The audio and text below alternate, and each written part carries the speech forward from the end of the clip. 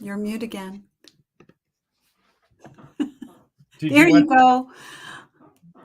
Okay, and we are live everywhere. Everywhere. This fulfills my dream of world domination. Oh, hello, and welcome to the Kevin Ross Emery Show with Ashley Olstein. Happy to be here. Hey, Miss Ashley. How Tell me. are you? Well, if I was any better, nobody would like me.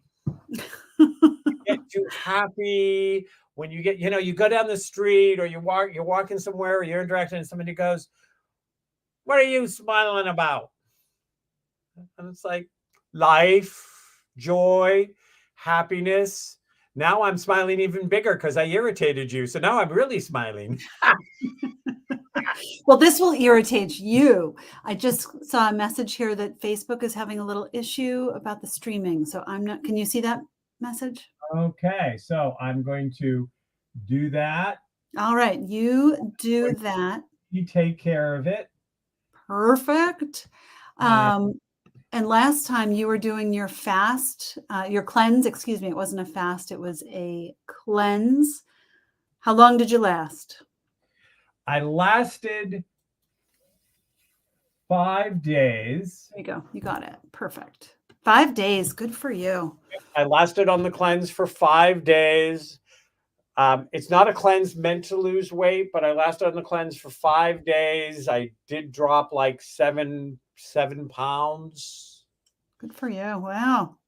Well, felt good, felt lighter. I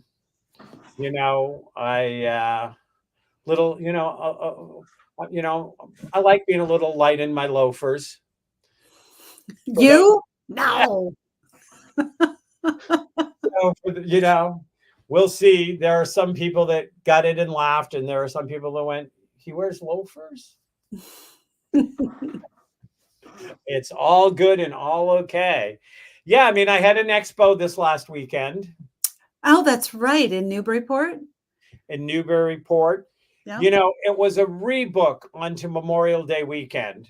And because there was the promoter, not the promoter's fault, the venue reached out and said, "Look, we accidentally,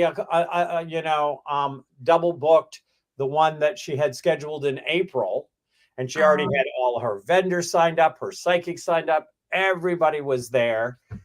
And so she said, "Well, when do you have it? Because I've got all of these people coming." And they gave her Memorial Day weekend, which is not a time I would ever do an expo. Right. But she was kind of in a bind, and I went along, and I had a good show, and I got to help, a bunch of people, and I got to make some good contacts. I made some contacts with a couple of people that may start to become SIP panelists. Lovely. SIP panelists, because we have the spiritual interactive panel coming up Monday, June 10th. And it's on what is spiritual abuse. And I'm hoping I filled the last slot because you couldn't do that one for some reason.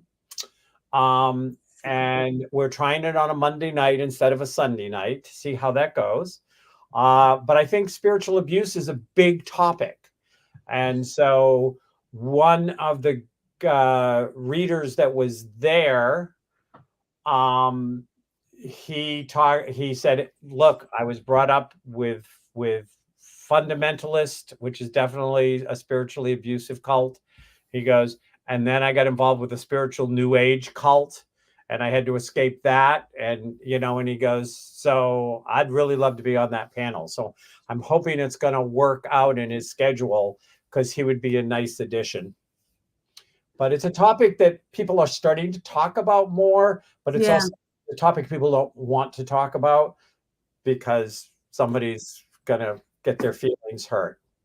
It's prickly for sure, but important. And I think a lot of people come from that kind of, religious trauma and that kind of abuse, and it's not okay. No, and the problem is, and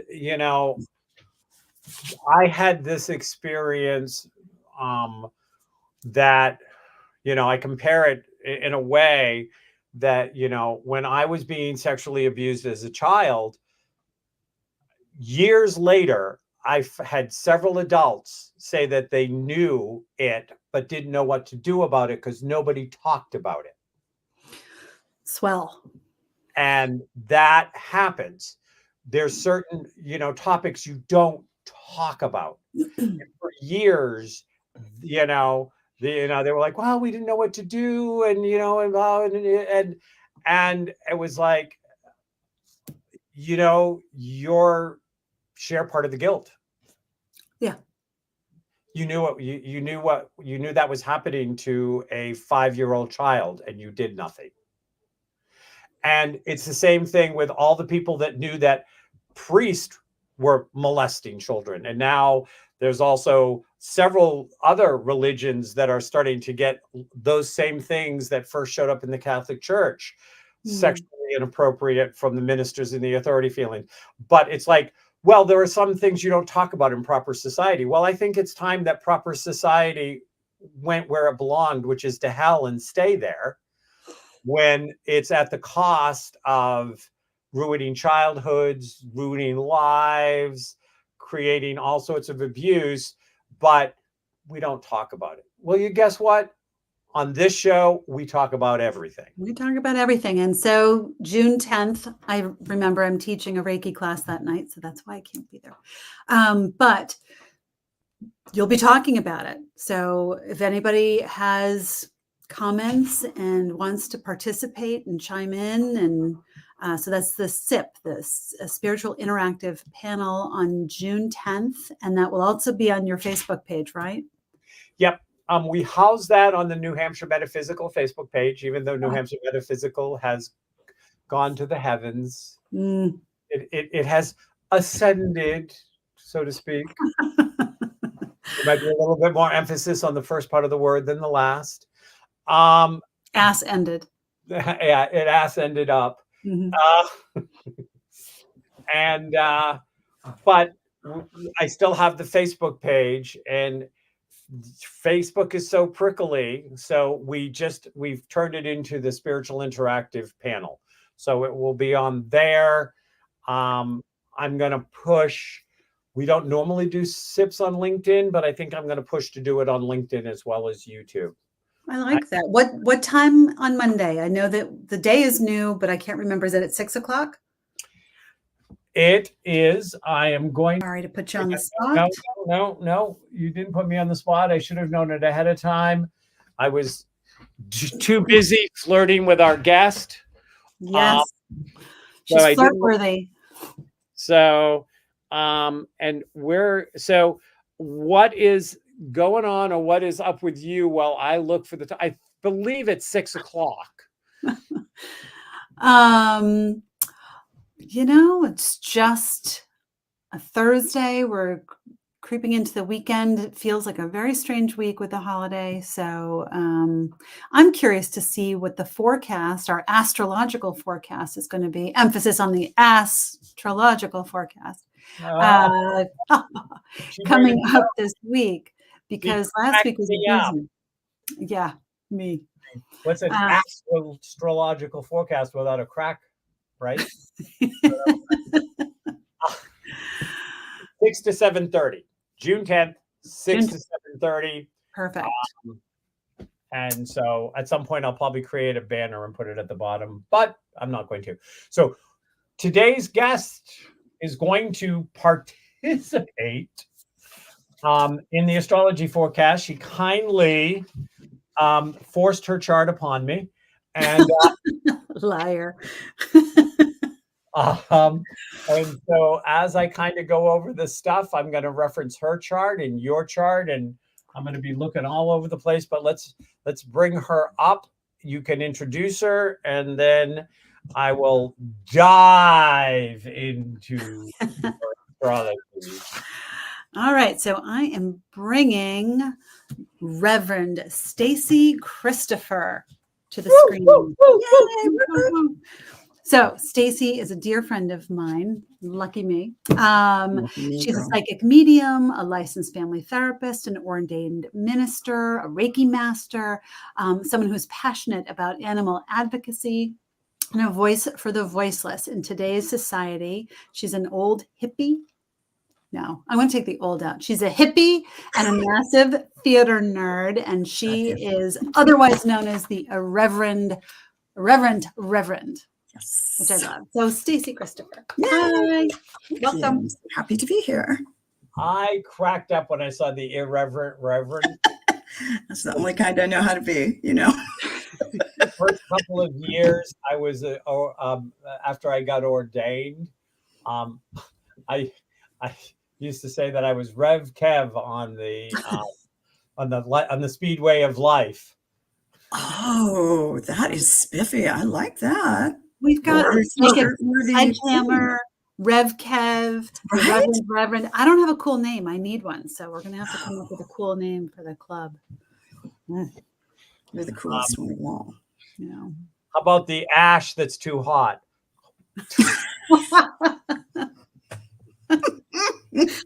Yeah, spelled Haute. That's it. Yeah. Cotier. Oh, well, welcome for being here. And I'm sure that the SIP topic probably was stuff that you were like, yeah. You know, it actually is because I went to a Christian school for 5 years during the 70s, so 8th grade and through high school. And what's happening now with the line between church and state being so blurred and in fact erased is exactly what people were literally praying for back in the 70s.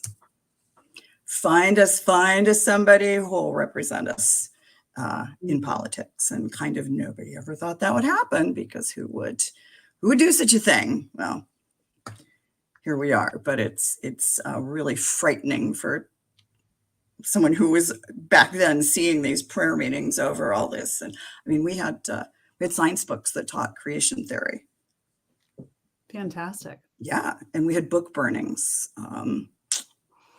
because we had to gather up all the stuff that if Jesus came to your house, you wouldn't want him to see it. So we brought it all to school and we burned it in the middle of Senior Square. Hallelujah. So yeah, that's an interesting topic for me. Jesus would have started with the most current rendition of the Bible as the first book he'd burn. Right. Thank you. Y'all in there misquoting me. So I did because I do a story every day now on my Instagram and Facebook. And I did one on just the last, I did it on Facebook, Instagram, and then I reposted it a few days later on TikTok, where it went, for me, crazy. I don't get the million hits, but hundreds and hundreds of hits, which talked about that the Bible before 1946 never had the word homosexual. And so if you're using your Bible to beat homosexuals, make sure it's after 1946 edition, because God never had a problem with it. Neither did Jesus. Exactly. Thank you. So I did a story on that, and boy, there were some people responding. I bet. I saw it. I think I put it on my Instagram a couple weeks ago. A pastor had been involved or had been interviewed by NPR, and saying how disconcerting he found it that people were reporting to him that their churches were upset when Jesus, like in the Sermon on the Mount, was quoted, "Blessed are the meek, blessed are those who help," because that seemed like too soft. And I'm just like, right? So it's all very scary to me. Yeah, it really is. There is this great guy on, he's on Instagram, and he's a traditional minister. And he just tears in that he's great. I actually follow him. And he talks about, he goes, if this was a Christian nation, everyone would have healthcare. If this were a Christian nation, we would be, I mean, and he just hammers and hammers and hammers. Taking in the refugees, helping the poor, and loving each other. Yes, 100%. Are you Stacy Christopher on Instagram? Oh no, you're the Blooming Mix. I'm the Blooming Mystic on Instagram. Okay. And who are you on TikTok, sir? I want to follow you on TikTok. I am Kevin Ross Emery on TikTok. Oh, that was. He's Kevin Ross Emery everywhere. And one of the things is, because I'm going to reach out right now to the Blooming Mystic, and I'm going to, oh, you followed me. I'm going to follow you back. I did. I didn't know that you had followed me. So I have, I don't always do good staying on top of all of them. But yeah, definitely reach out and follow me, and I'll follow you back on TikTok. And go back to my TikToks, because I did several on I did a 4 or 5 part on toxic Christianity that I'm sure you'll. Ooh, I love it. I've never posted anything on TikTok. I created an account to follow my friends and then to see, you know, the cute dogs and all that. I have to say, one of my favorite things was when they were doing those the hearings about Facebook or TikTok and how, oh, that should be banned. And here's all these guys going, well, there's nothing on there except, you know, dancing homosexuals. And I'm like, you'd be real upset when somebody tells you how the algorithm works, sir. You know, that's because you're seeing those because clearly you have clicked on them and watched them over and over again. Oh, love that so much. Because I see dogs, you know, I see. So I can see that this interview is going to be merrily we roll along. 100%. And we're and I get, I don't know if I'm Jonathan Groff or Daniel Radcliffe, but you're both rolled together. You know, we can take it on Broadway, but I'm gonna move over to the astrology, so I make sure I get then we're just gonna see where this comes.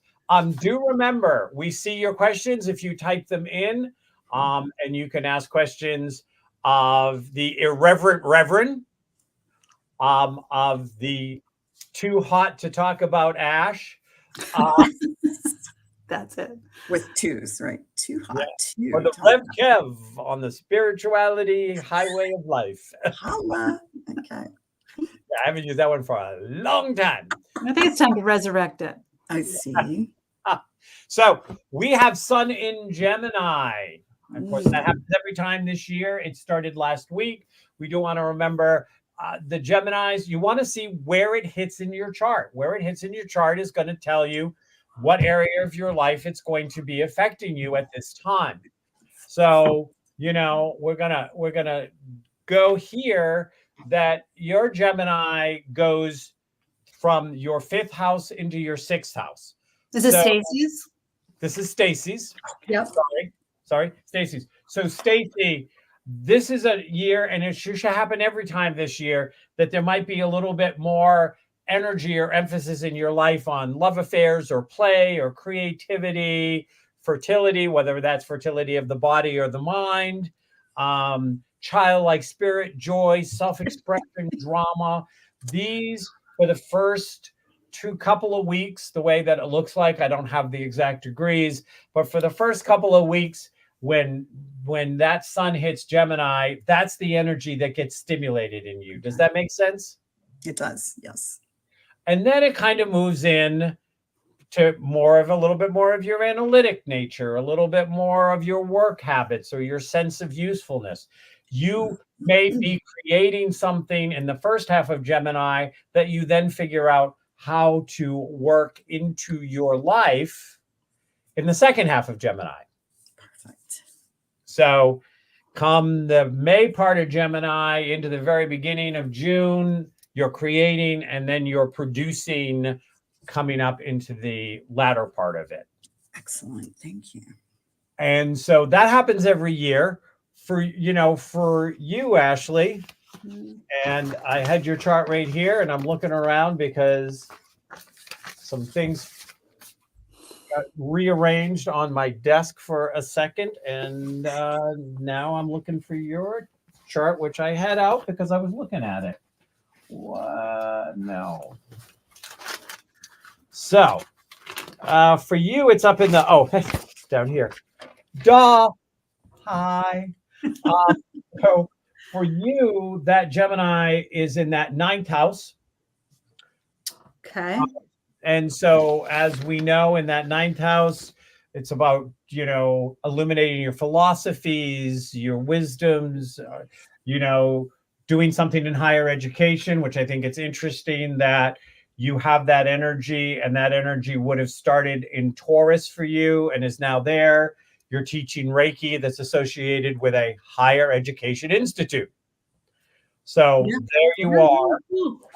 And that's going to be most of Gemini. At the very end of Gemini, whatever data you've collected about this, whatever wisdom you've got, whatever's going on, you're going to really at the end of like the last several days of Gemini, 5-6 days, whatever, you're going to start to figure out how you want to take whatever you've learned and put it into your career or your long-term goals or your structure, your public image, that's where that energy is going to go. Now, you pick that up pretty much at the end point, let's say the last 5 days, hypothetically. I'm not doing the degrees.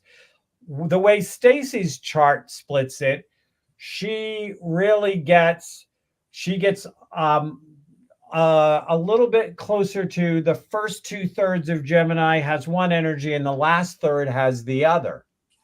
So there is that moment where it kind of, that sun just seems to kind of like, when the sun is like shining at my house, it goes from one window and then suddenly it's coming in at another window. And that's what happens when that sun is changing in your astrology chart from one house to the other. It's still a Gemini sun, and it's going to do what a Gemini sun does, which is mutable air.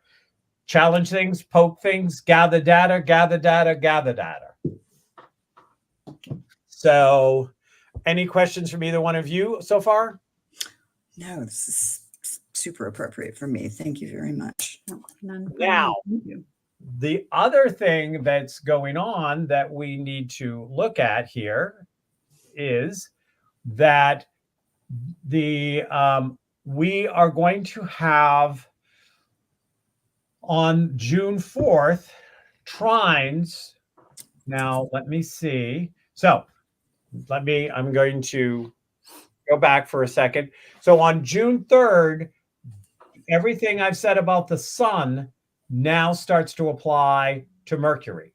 From June 3rd till June 16th, we have Mercury going into Gemini. And so that's your planet of communication. And so it's going to be, this is Gemini there, again, gathering data, asking questions, poking, wanting to know.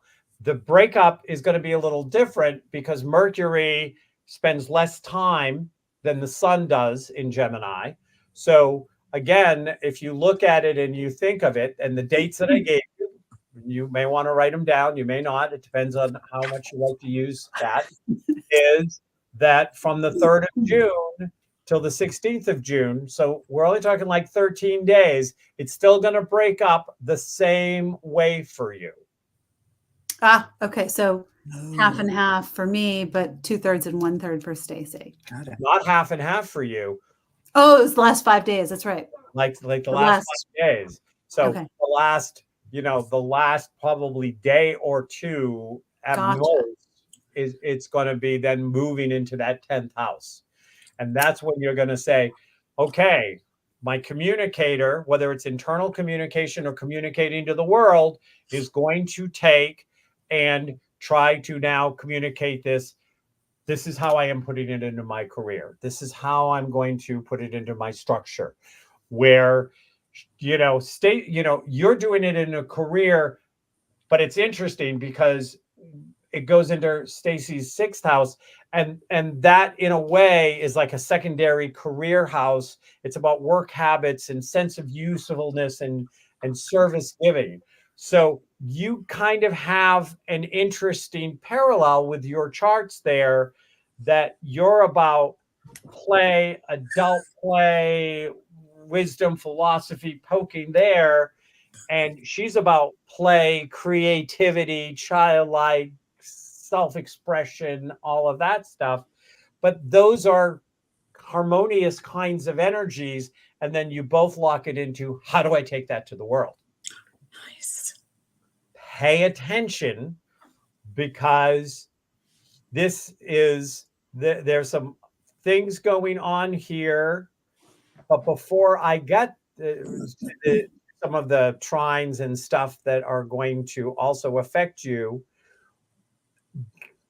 we just had go into Gemini Jupiter.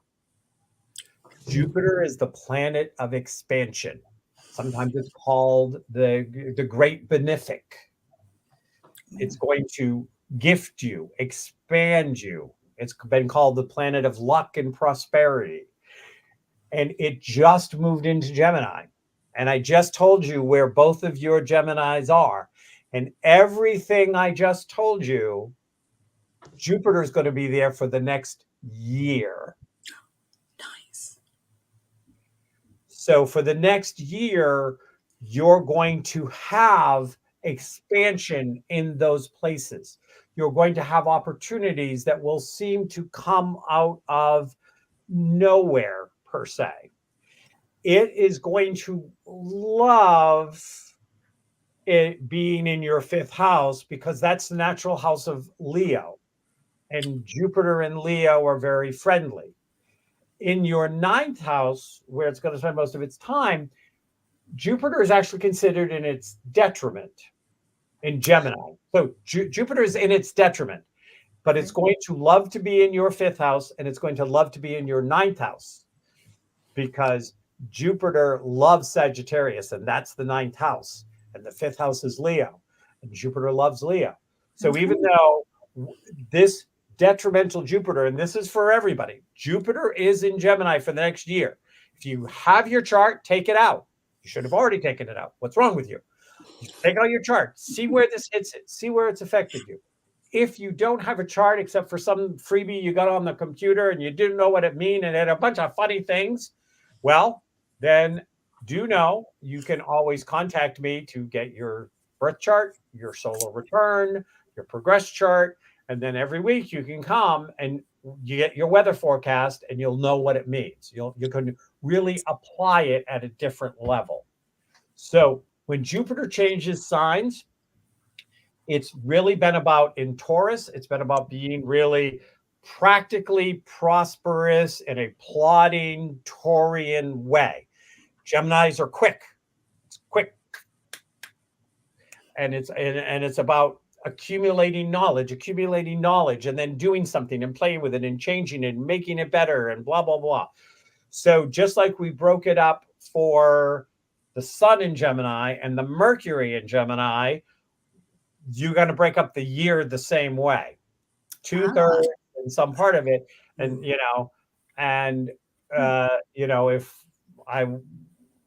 if I had your degrees, and I have your degrees, but I didn't have a chance to like look it up and really plot it, I don't go that deep in the show per se. I would be looking and going, here, this is your thing, Ash. This is how long. If I had your degrees, I could say the same thing. Like, here's when you're going to feel the transition and the cutoff. So Jupiter's changing a sign, you're going to feel it. And that means if Jupiter and Gemini and the Sun are all together, there are times when they're going to be feeding each other over this time period while the Sun is in Gemini. It's going to hit the Jupiter. It's going to hit, it will hit, the Gemini will hit the Jupiter. They'll all at different points feed each other. Now, does that all make sense? It does. It does. And when does the Jupiter come in to hit Gemini? That's sometime in June. The Jupiter went into Gemini like yesterday or the day before. Like it just came in. Curious. Okay. Perfect sense for a year. You have Venus in Gemini until the 17th of June. I do. Everybody. Well, this I'm is the sorry. big thing. So again, Venus, which is a lesser benefic, So you have the greater beneficent and you have the lesser beneficent. And again, beneficent gives gifts. And so we've got that Venus there, and it went in. We talked about it going in back on May 23rd. It's going to be there till June 17th. Over that period, you can again kind of place that Venus is going to be playing in this. Now, on June 4th, we have Mercury trining Pluto and conjuncting Jupiter on the same day. And the funny thing is, I'm sorry. Yep. Wait a second. Let me check the color line. Yeah. So trines Pluto, Mercury trines Pluto and conjuncts Jupiter. So trines get extra energy. So the Mercury is going to get extra energy from Jupiter. Jupiter's going to get extra energy from Gemini. From Mercury. So those days on June 4th, and it's probably going to be about 3 days. So it's coming up this week. I'm trying to keep everything in this week. June 1st, 2nd, 3rd, 4th, 5th. There's always a little bit afterwards. There's going to be a little window there where there is Mercury and Jupiter and Pluto all getting a kind of extra special zhuzh in there. And that Pluto is retrograde in Aquarius. And so in Aquarius, it's going to be hitting some of your first house and maybe even passing into your second house, Stacy, and it's going to be driving energy to your sun. So this is going to, I don't have your sun exact degree because the chart you sent didn't have really degrees on it. I could. Oh, I have one of those somewhere. I think I can refer to. Yeah. But for you, you're going into a transformation of who you see yourself as in the world. This is a major transformation, and this is going to be a major boost for you this week to kind of be able to let go of the parts of Stacy that do not serve her, that she's been dragging along behind Marley's chains, and bring new energy in for her to push the transformation part of your life through. Does that make sense? It does. Thank you so much. And here I am with you all today. So yep. What a kickoff. What a kickoff party. Perfect. And for you, it's all in your 5th house of creativity. So you should have some big creativity going on this week.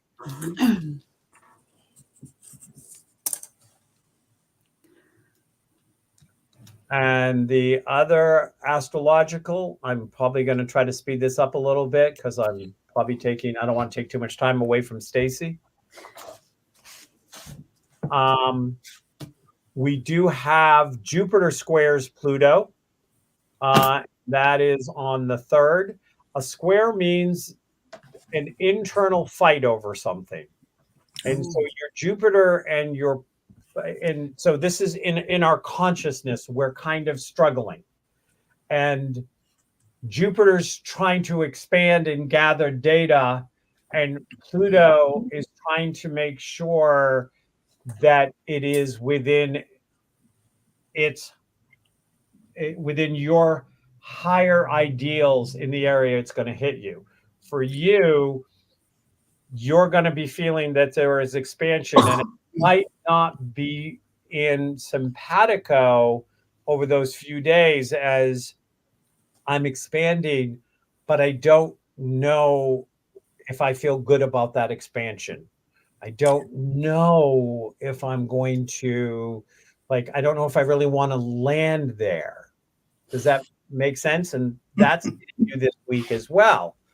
So again, you've got a lot of major transformational thing, and the square, because it's a Jupiter-Pluto square, and Jupiter doesn't move fast and Pluto doesn't move fast, you could feel that energy for up to a week, where it's going to be in enough energy in relationship with each other that's pushing.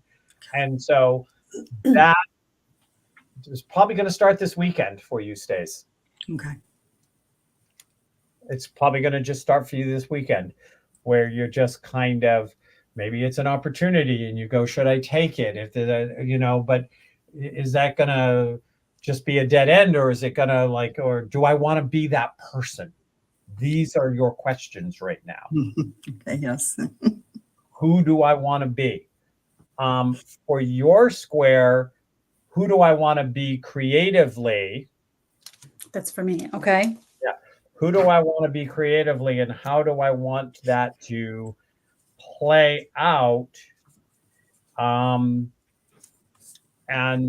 with the square it's like, how do I want to play out?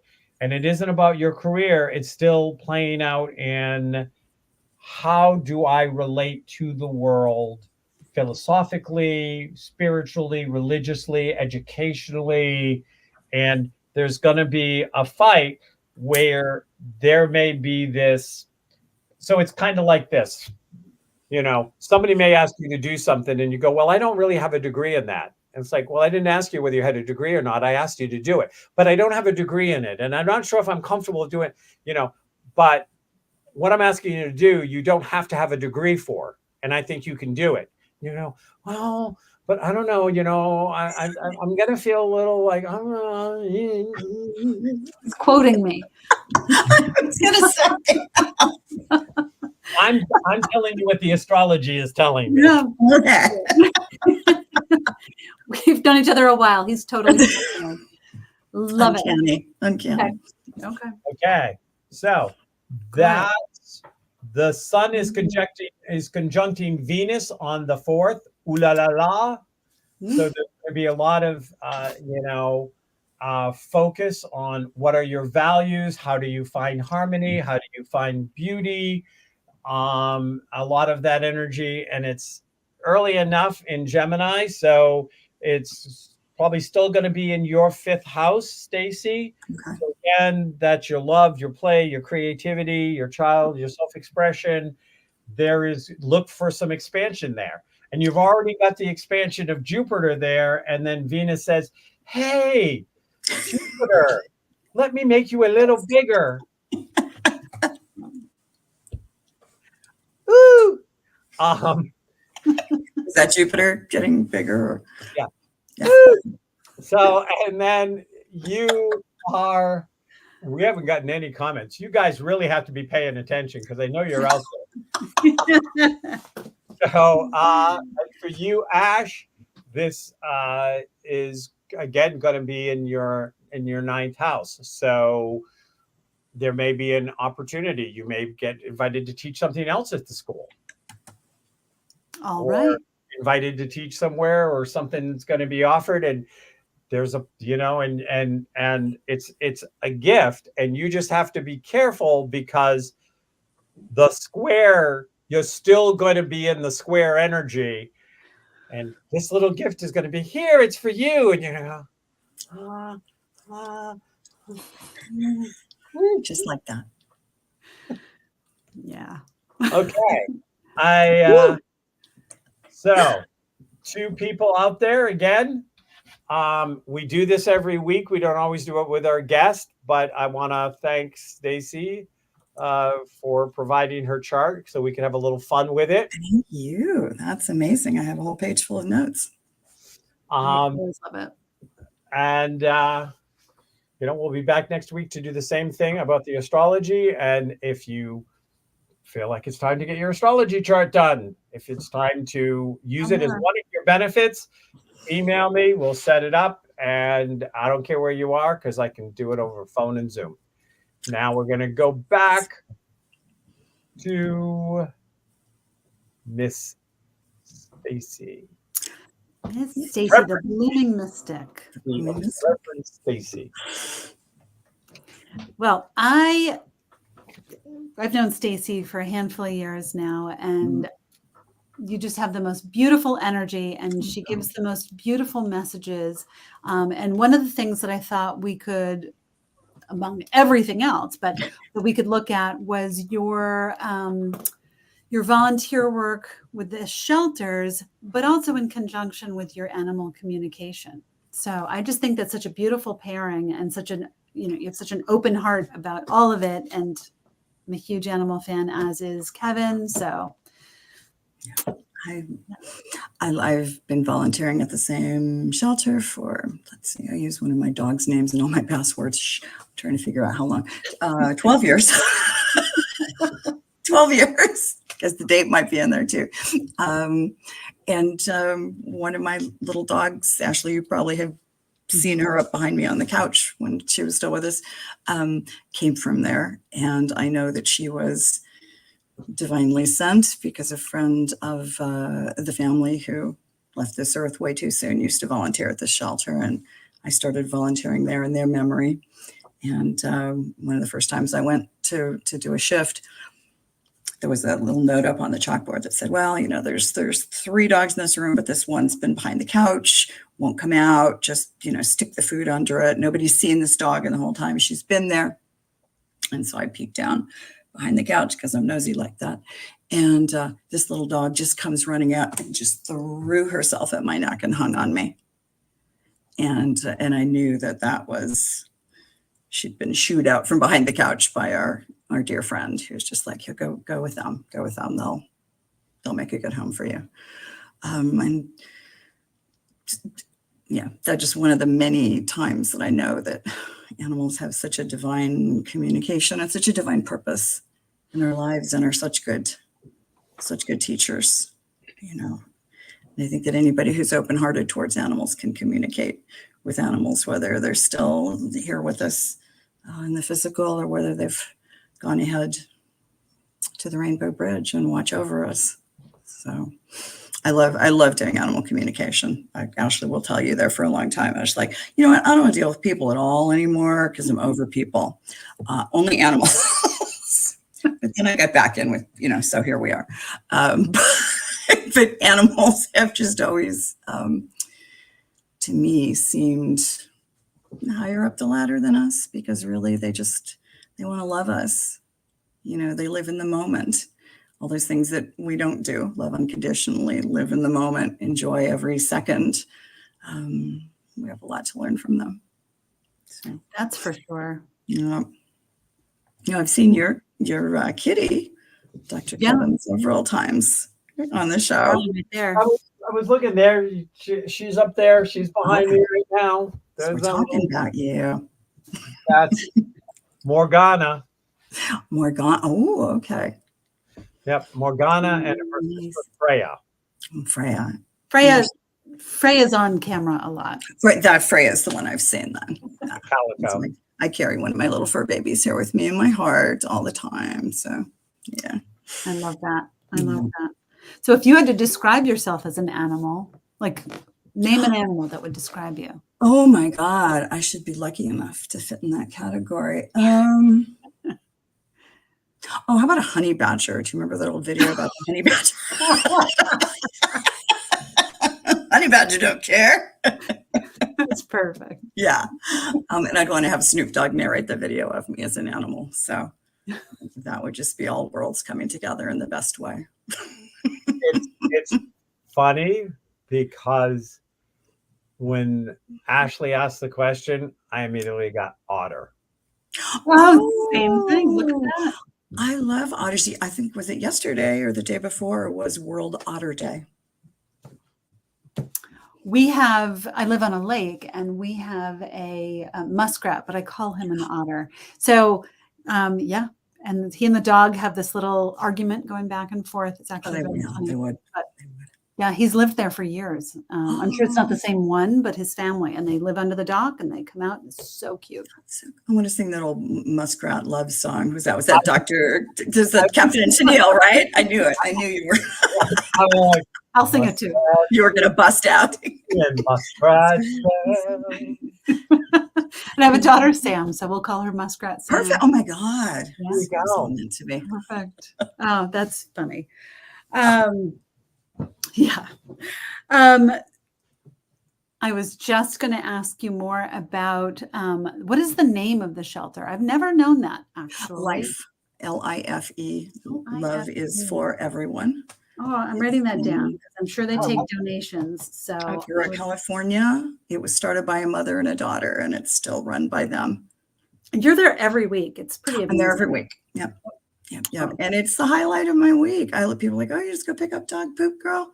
That's better than a lot of things I could be doing. You know, I love it. I love they bring dogs in from other countries. Now I think it's just South Korea, because there was something that happened with breeders falsifying documents, and dogs getting in without the proper vaccinations. And so we closed the borders to a lot of countries bringing in dogs.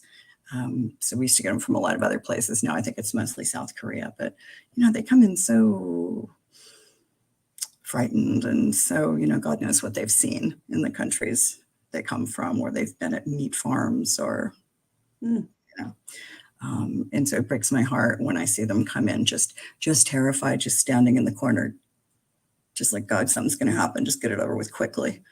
And that's when I, you know, use my Reiki. I use my animal communication as much as I can, just to let them know, begin to form an idea of what feeling safe might feel like for them. And that they don't have to be afraid of people, and that if somebody raises their hand or moves, it's not to hurt them. It's to take them outside to play, or it's to get them fresh water or clean their room. I love seeing them make progress. Is there only dogs at that shelter? There are cats also. There are cats. Not too many cats right now. Most of those come in as strays, but the cats actually have it really nice, because someone for an Eagle Scout project back before I was there, so probably 20 years ago, built them the catio, this whole outdoor area that's all fenced in with chicken wire, so no predators can come in, with a big, like a tree with all these climbing platforms. And I always think that when cats get adopted and go from that big area to like somebody's apartment or something, it must be kind of a chip, you know, whereas the dogs get to go from their little room to a big backyard, but the cats are like, where's my area? And so there was a, not Morgana and Freya, but the set of cats that Jackie and Leo that I got from a cat shelter, where somebody had donated their house when they died, and the whole house was a cat shelter, and it was for cats only. Oh, wow.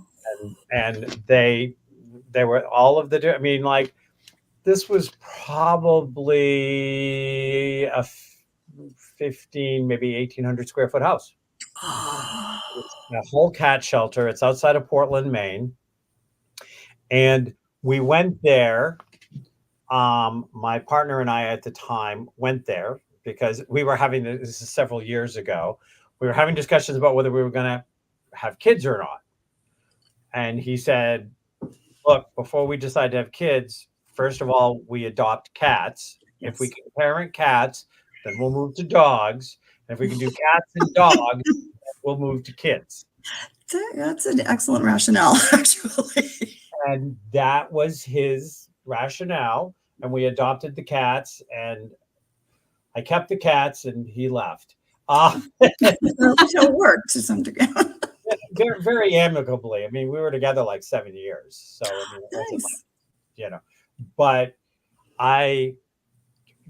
Leo was this little Tux cat that was very high strung, which was a lot like my boyfriend. And then there was this kind of mellow Jackie cat, but I had picked up another tuxedo cat to go with Leo, thinking that, you know, And it's too bad because Leo was a part of a same litter, and they was named Leo and Virgo, and somebody took Virgo and wouldn't take Leo, so that he got separated from his brother. Oh, And so I was already down there, and Jackie poked me with his paw up from a cat tree, and then he like came on my shoulders and wrapped himself around my neck and started nuzzling my face and purring in my ear. And I was like, okay, yeah, this is the cat I've he chose you. They do, and they do. You know, they choose their people. the whole time. The cat on the floor that I was going to take was giving Jackie the dirtiest look. Like, you've got to be kidding. Stole my person. Yeah. Oh, my person. My breakout from the shelter. Right. I love it so much. That photo that I sent in is one of my favorite. I use it as my my Zoom I profile. love that photo of you. And I look utterly miserable. Hold it up. Any photograph, any photograph just of me, it looks like a passport picture or a mugshot. Put any kind of a critter, Yeah. and I look happy as a clam. That was at an adoption event. And that particular Pitty's name was Patience because she'd been in the shelter for so long. In Southern California, it's like pit bulls and chihuahuas. That's what we have a lot of. Oh, yeah. Pit bulls are so misunderstood. You know, it's usually the people who are around them that cause the problem. So at this one adoption event, I thought, you know, what'll maybe help market this is an old white lady wrapped around a pit bull. You know, so I sat down, she came over to me, got up and just sat there and held her like that all day. And she was so happy. Oh my gosh. Oh, what a sweet girl. She did get adopted that day. So it was a good day for both of us.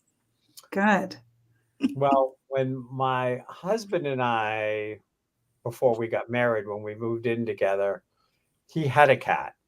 And then the cat was only like 9 years old and just like had a stroke and died like one afternoon, gone. Oh God. Like we were at work and we came home and we rushed him. We rushed poor Raj to the vet. Oh. And he literally died while I was holding him. I mean, like, and no health issues, never saw it coming out of nowhere. But I've always had this thing, and I'm interested to comment to you, which is that when I talk to people about their animals, and their animals will sometimes talk to me, my animals will never talk to me. If you want to talk to Morgana and find out why she's being picky these days, please feel free. I'd like to hear. It's like your kids, you know, they'll happily talk to somebody else, just not to you. She's not even looking at me. She's giving me her backside. That's been her mood for the last day or so. But I've always found that animals come in and they're committed to a period of our life. And when our need for them goes away, they'll go away. Not that we kill them, not that it's our fault. They'll take on our illnesses. Yes. And they will do these things. But, you know, Raj passed within the first year that Jeff and I lived together. We, you know, and we're headed towards the altar at that point because we dated before we lived together, and then we lived together, and then we were moving towards that. And I always kind of felt like Raj knew his time with the single Jeff, you know, like that part of his life. Mm-hmm. And Raj was his constant companion through a lot of different trauma, had come to a close. And so I almost feel like if you have an animal that goes through a lot of trauma with you, it takes its toll on the animal. It knows that you're going through trauma. It knows that it's comforting you, it's nurturing you, it's nursing you, it's there for you. And then I always kind of felt like Raj was like, okay, you're good now. You're in a good place. Somebody's here to take care of you. So what do you think of that? Do you agree? I believe that 100%. I believe that we make soul contracts with our animals between lifetimes, just like we do with people. You know, that I'll be here for this part. You'll know me when you see me, and we'll go together for this time. Both my two little dogs, right as COVID was ending, passed extremely unexpectedly within 10 days of each other. And Ashley remembers, I was destroyed for a long time after that. But looking back, it makes sense. They, you know, so during lockdown, I had somebody, I wasn't alone. I'm sure they absorbed a ton of anxiety from me. Because there's so much of it as a pet parent. You're going, God, what if? And I can run anything by overthinking it. I mean, for real. Is that burned How we get calories? along. I mean, geez. But I would be there like, oh my God, it's so hot. You know, what if electricity goes out? Okay, we can go somewhere, but what if we can't stay at a hotel because COVID? I mean, I had every scenario. And God love them. They stayed with me through that and kept me sane. And I know that was just their way of saying, hey, time for us all to go to the next chapter. And I moved from where I had been in the San Fernando Valley because I had to get out of that house with all the memories. And now I live here by the water, and I love it here. And I feel them around me all the time. I get little messages from them all the time. Yeah, all the time. So I believe you. Yeah, I don't know if the panel is full or not, because I don't always, I'm not always intimately involved with that part of these panels that I run. It's called staff. Ashley knows how I function. They rot in their staff. Yeah. But I know, I think it's August, but we were planning on doing an animal communication set. Ooh, swell. Stacy would be an amazing fit for that. I would love to do that. Yeah, if you let me know when it is, I will make every effort. Yeah, I mean, I'll see. I will find out, because I know we reached out to 2 or 3 people that also do animal communication. Mm-hmm. So I don't know if we have a slot, because we limit the number. Sure. But I'll check it out. I'll see about sending you the packet of information. I know in July we're doing what is indigeneity. And then I think in August we're doing animal communication. Because we do one a month. Very cool. And these are Zoom events or in person? They're like StreamYard. We do them just like this. Which is my new favorite thing once I realized that it's actually simple. So anybody who's thinking about it, I did it. So you can. Okay, for real. But we do require that the SIP panelists figure out how to put it through their own, so that everybody's benefiting from everybody else's social media. Gotcha. Okay. Note to self. So when we invite you, you'll have to ask your closest tech friend to walk you through the process to make sure. I'll find a young child, and I'm sure they'll be able to do it. You know what you should do. Okay, we're almost out of time, which usually we don't. That was so fast. It goes so fast.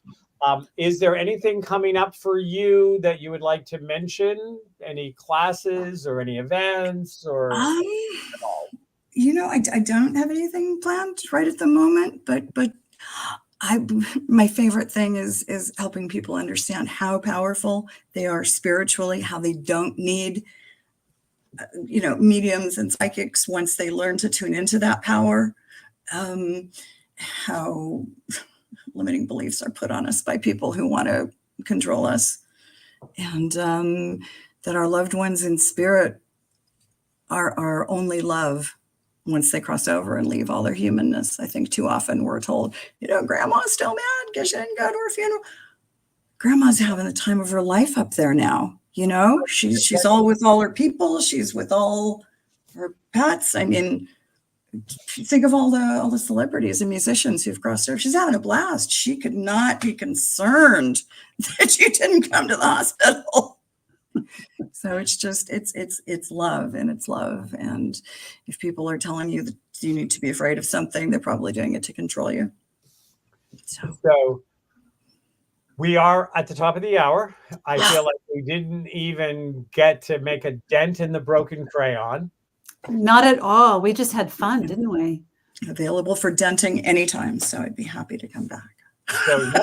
So we'll have you come back at some point and finish the 5,000 conversations that we started. And Ashley, we're gonna be winding down because I am on a very tight schedule tonight. Yes. Reach me at kevinrossemery.com. I actually haven't. I still have something left to do tonight. So. And you can reach Ashley at solstiveintuitivearts.com. Yep. And next week, join us. It is Matt Connerton's week, I believe. It is. On. And are you thinking you're going to join us, or is that the one you need to be off? I know I'm hoping to join. I will let you know, but I should be able to be there without a problem. Nope. Stacy, the blooming mystic, the irreverent reverend, thank you for joining us. And we are going to close out. And everybody, just be you. Just be you. All right. You just be you. Kevin, I'll see you next week and stay